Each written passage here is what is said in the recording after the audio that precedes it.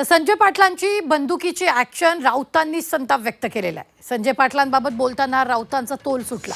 राऊतांकडून पत्रकार परिषदेत आक्षेपार्ह शब्दांचा वापर करण्यात आला। बंदूक दाखवू नको, 50 कोटी घेतलेत, गप्प बस, सुरक्षा सोडू नये मग पाहतो, राऊतांनी थेट आव्हान दिलंय।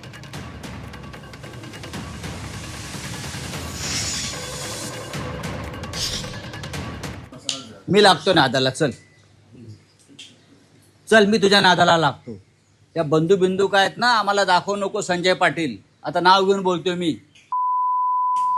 चल, हे शिवसैनिकांना बंदुका दाखवू नकोस तू। मी इथेच आहे भांडुपला, मी कधी या भाषेचा वापर करत नाही। बंदूक काय दाखवतो साल्या तुम्हाला?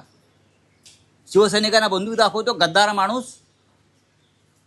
हे धंदे करायचे नाही। गद्दारी केली आहे ना, 50 कोटी गिळले आहे ना, मग नीट गप्प बसायचं। परत ही भाषा करायची नाही बंदुकीची, ती बंदूक ते जाईल।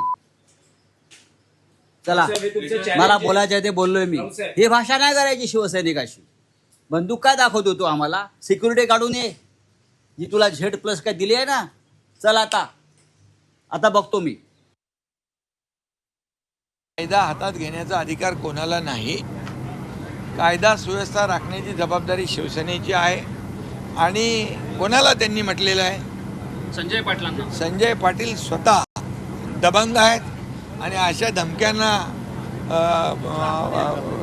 या अशा पोकळ धमक्यांना ते घाबरत नाहीत, घाबरणार नाही।